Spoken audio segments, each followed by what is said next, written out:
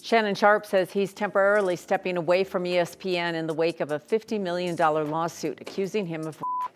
A woman filed suit against Sharpe on Sunday, accusing him of raping her twice in the last 6 months. Everything to happen immediately. Absolutely. It's only Thursday. It's instant. They want everything to instantly happen. It doesn't work like that. The righteous people on Reddit, baby, they are dissecting and divulging right now, and they are. It was the kind of collapse you could feel from miles away, the slow motion wreck everyone saw coming except the man behind the wheel. Shannon Sharpe had spent years building a media empire off his Hall of Fame swagger, off the image of a man too sharp, too clever, too untouchable to ever fall. But the truth? He'd been lighting fuses for years, playing with matches in rooms full of dynamite, and when Gabriella Connection came into the picture, all it took was one spark. She was the whirlwind romance turned litigation machine, the 20-something who walked away with a settlement worth $23 million, more than Sharpe made across his entire NFL career. Overnight, the man who once bragged about his discipline and dominance was suddenly branded as the walking cautionary tale of sports media. Once again, I've never seen anybody handle a situation worse than Shannon and his team. Like they just handled it wrong from the whole beginning. Yeah, well. We all remember how he carried himself, boasting about dating his wage instead of his age, brushing off the chorus of warnings from peers and veterans alike. Monique had looked him in the eye and told him to leave the young ones alone. Katt Williams hinted that a man pushing 60 had no business tangling with women barely out of college. But Sharpe kept the cameras rolling, convinced he was still in control of the narrative. Then came Gabriella's filings, packed with accusations of threats, controlling behavior, and recordings that made the air in the room turn cold. Whether you believed every word or not, the optics were devastating. A media star lecturing others on discipline while his own private life was a storm waiting to be televised. Their regular routine was that Shannon then they would. Why was that relevant? The settlement itself was staggering, not just the number, but the symbolism. $23 million transferred from the vault of a man who once refused to cover more than $30,000 for his own daughter's wedding, now underwriting the retirement of an OnlyFans star half his age. Gabriella's farewell post to her subscribers was pure velvet-gloved gloating, thanking her community for the ride, teasing future projects, making it clear she'd just been launched into a whole new tax bracket. And Sharpe? Left with the bill and the headlines, a man who'd spent decades climbing to ESPN's prime stage, only to have the network hit the eject button when the scandal hit peak velocity. That firing wasn't the gentle, mutual decision the public statement tried to sell. Behind the scenes, sources say Disney's top brass moved faster than anyone expected. Executives who once flaunted Sharpe as the coup of their sports commentary lineup were suddenly unwilling to even let him finish out the week.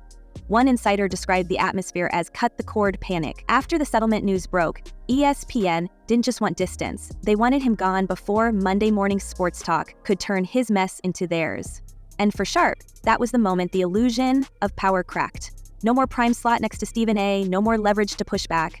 Just a cold reminder that in the media game, reputations are assets, and liabilities get dropped without warning. That video will not be released. Attorney Tony Busby came out and said that they are not planning to release that video, how they were dropping audio, because it's a very strong point of their evidence in this case. And here's where the whispers start to twist into something darker. On paper, he was stepping away to focus on family and deal with the allegations, but multiple industry veterans insist there were closed-door meetings taking place in Los Angeles hotel suites and Manhattan boardrooms, the kind that never appear on a public calendar. Not just lawyers, fixers. The kind of media surgeons who specialize in triage when a public figure's image is hemorrhaging. We're talking retired network heads, crisis PR architects, even a couple of names with deep political ties. The word is, these meetings weren't just about sealing Sharpe's leaks. They were about containing collateral damage, because once certain files started circulating, there were other well-known names who suddenly had a stake in keeping the waters calm. Imagine this scene.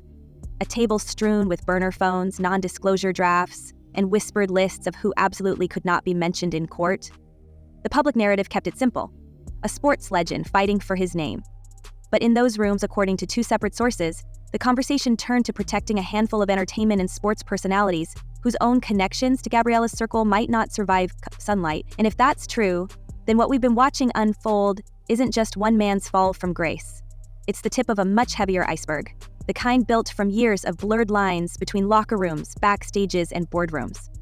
It's a claim against someone alleging that some rights were violated, and in most cases what's sought is compensation in the form of damages to make up for whatever it is the person did. And there are all sorts of civil lawsuits, car accidents, defamation. We hear about that a lot because people get sued about things that are said about them in media. What's striking is how neatly Gabriella's playbook now sits in public view.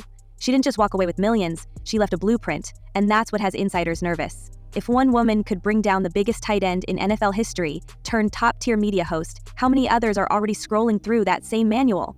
Even before the ink on the settlement dried, another lawsuit hit, this time for libel and defamation, pulling Sharpe back into court over claims he and his team smeared a woman's personal life during one of his many podcast detours. It's as if the signal went out. Here's how to hit the jackpot. Here's where the armor is thin. Through all of this, Sharpe has tried to frame himself as the target of opportunists, a victim of the shakedown strategy that has sunk so many public figures. And maybe there's truth to that, but it's impossible to ignore that the very behavior people warned him about, chasing youth, flaunting control, underestimating how fast private moments go public, set the stage for this avalanche. The irony? The same man who monetized controversy on air, who knew exactly how a storyline could be spun for maximum impact, is now trapped inside one he can't edit. And according to more than one person who sat in those shadowy damage control sessions, the story everyone thinks they know is barely the prologue. Essence from Atlanta, him refusing to look at the evidence just gives me the impression that he wants plausible deniability, and maybe the evidence should be released so that way he does not deny his actions. I mean, if that was me, I would definitely want to look at the evidence to see what I did and did not do so I can maintain my innocence. And just when it looked like the worst of it had played out, we started hearing whispers about what some are now calling the Gabriella Connection Map. This wasn't just one woman with a grievance. Insiders claim it was a web. Influencers who knew how to push a narrative until it caught fire. Legal advisors with experience in high-profile settlements. Even a handful of online personalities who'd crossed paths with Sharpe before and knew his digital habits inside out. We've spoken to two industry veterans who insist Gabriella had been in the room with some of these people long before the public ever knew her name, raising the possibility that the dismantling of Sharpe's brand was not an accident, but a play designed from day one. Whether she was a willing architect or simply swept into it, the effect was the same. By the time the lawsuits hit, the groundwork had already been laid for maximum damage. For many watching from the sidelines, one reaction stood out in particular: Monique's. The comedian, long vocal about the treatment of Black women in Hollywood and the double standards they face, didn't miss the chance to weigh in. To her, Sharpe's downfall wasn't just another sports scandal. It was the inevitable outcome of a man who had openly dismissed women from his own community while investing his time and status elsewhere. Her take hit harder because she'd been one of the few public voices to warn him early on about chasing the novelty of youth and ignoring the value of women who understood his world. If there is a God side and the other side, if there are moral things and things that are immoral, if there is this side or that side, it can't be left up to thought process. I'm an enforcer on this side. What made Monique's commentary sting was a history behind it. For years, she'd navigated her own battles against media giants, refusing to bow to unspoken rules that demanded silence from women in the industry. Watching Sharpe lose his coveted ESPN seat over a controversy tied to a much younger partner was, in her eyes, a kind of karmic symmetry, a reminder that dismissing the wisdom of those who have been through the fire can come with a price. Her response wasn't spiteful so much as it was a pointed "I told you so," rooted in the belief that some lessons only arrive through humiliation. The way she framed it also resonated with a broader audience who had felt overlooked by Sharpe's on-air persona. In her critique, this wasn't about the individual scandal so much as a cultural pattern. Men in positions of influence choosing partners who fit a certain look while ignoring the women who had supported and understood them long before the cameras rolled. By putting the spotlight on this choice, she tapped into conversations about representation, loyalty, and the optics of success that have been simmering in sports and entertainment circles for years. It also mattered that Monique herself has been no stranger to public scrutiny. Her willingness to stand by controversial positions, even at the cost of her career momentum, gave her words a weight that casual observers couldn't dismiss as simple gossip. In calling out Sharpe, she wasn't just piling on, she was using his very public misstep as a case study in what happens when the desire to be seen with the right type overshadows the need to build something lasting and genuine. That framing made the discussion bigger than his settlement, bigger than his firing, and more about the choices that lead to such collapses in the first place.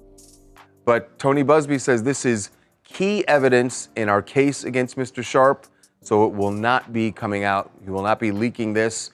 And saying basically it's going to come out during the trial. Right. If there's a trial. If there's a trial, it will come out, which to me sounds like he's still dangling it over Shannon's head to say, we can meet, we can settle this, or we can go forward into a trial, and then the video is going to come out. Now, By the time her remarks began circulating online, they had become part of the scandal's echo chamber.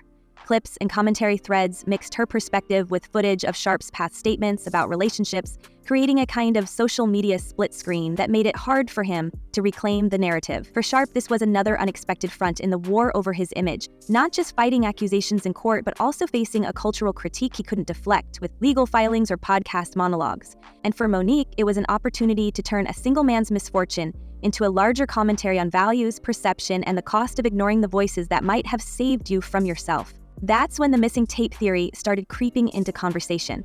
On the surface, it sounds like a made-for-streaming plot, a cache of encrypted audio and video said to show moments that could flatline Sharpe's credibility overnight. According to a former associate, Gabriella kept it on a hard drive locked in her apartment. Then came the break-in. The intruder didn't touch cash, electronics, or jewelry, but the drive was gone. Police reports list it as stolen property, but the real question is who wanted it enough to risk exposure? Was it someone from Sharpe's own camp, running an off-the-books retrieval? A rival with more to gain from bearing the evidence than from releasing it? Or was it a third party entirely, someone who understood that if those files ever surfaced, the shockwaves would rattle far beyond sports media? The timing didn't help. Within weeks of the alleged burglary, legal filings shifted in tone. Certain claims that had been teased in preliminary hearings quietly disappeared from later documents. Statements that once hinted at explicit proof were reworded or dropped altogether. And while Gabriella's team hasn't addressed the supposed missing footage directly, one source close to her says she joked more than once about having enough receipts to start her own streaming service. If that was bluster, it was convincing enough to spook people who've spent years surviving on the razor's edge of public opinion. Why would his attorney offer that up publicly? To me, her turning it down shows that it's not a money grab. No, it shows that it's a bigger shakedown. And into that gap stepped Tony Busby, the attorney whose name alone makes celebrity defense teams tense up. We've seen the pattern before. When Busby takes a case, it's never just a courtroom fight. It's a media operation. He doesn't just build legal arguments, he builds storylines that dominate headlines, shape public sentiment, and box defendants into reputational corners before they ever get in front of a judge. Look at his history, targeting high-profile men in sports, music, politics. Once he sinks his teeth in, the case becomes a rolling spectacle, each filing time to maximize press impact. And in Sharpe's situation, every new development seemed to hit right when he was trying to pivot the conversation back to football or his podcast empire. That's how we found out about the lawsuit against Shannon Sharpe. Now, this one has some very strong allegations. Assault, battery, assault and battery, intentional infliction of emotional distress.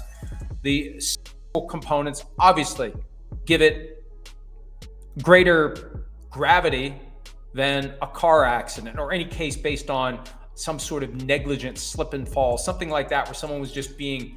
We also can't ignore that Busby operates in a way that blends traditional legal work with the rhythms of influencer culture. He understands the algorithm, he knows when a court date will trend, and he knows how to make a 30-second clip more damaging than 100 pages of legal jargon. With Sharpe, that strategy meant the most explosive allegations were often the ones getting clipped, shared, and debated before anyone could fact-check them. In that environment, even a denied claim has the power to stick. Meanwhile, Sharpe's allies have been shrinking in number. Those who once defended him on air have gone quieter, their public support reduced to vague statements about hoping for the best or letting the process play out. Behind the scenes, it's said that some former colleagues have been approached by both sides for information, and that's created a climate of suspicion where even casual acquaintances are reluctant to pick up the phone. The legal fight has spilled over into his business interests too. Potential sponsorship deals stalled, collaborative projects paused indefinitely, and at least one rumored media partnership now labeled on hold pending clarity.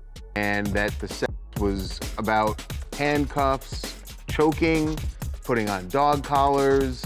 Do you get those at Petco? And hanging over all of this is the possibility that the story isn't contained to what we've seen. The so-called Gabriella Connection Map hints at a network, but the missing tape theory suggests something far more volatile could still be out there.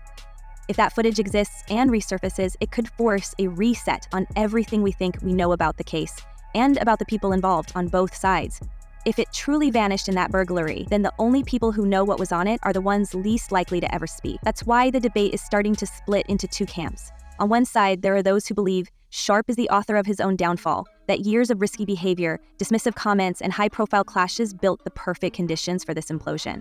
On the other, those who see him as just the latest target in a high-stakes game run by people who know exactly how to weaponize the court of public opinion. Maybe it's both. Maybe that's why this saga feels less like a single scandal and more like a season of television we can't stop watching. So now we're left with the question that might define the rest of his career. Is Shannon Sharpe a reckless veteran finally paying for his own choices, or a pawn in a much bigger plan that was set in motion long before he realized he was playing? And if more pieces of the puzzle are still out there, whether in a hidden hard drive, a private message thread, or a vault of unreleased depositions, how explosive will the next chapter be when they surface? Let us know what you think in the comments, because this one isn't over. Until then, take care of yourselves, keep your eyes open, and we'll meet again when the next twist drops.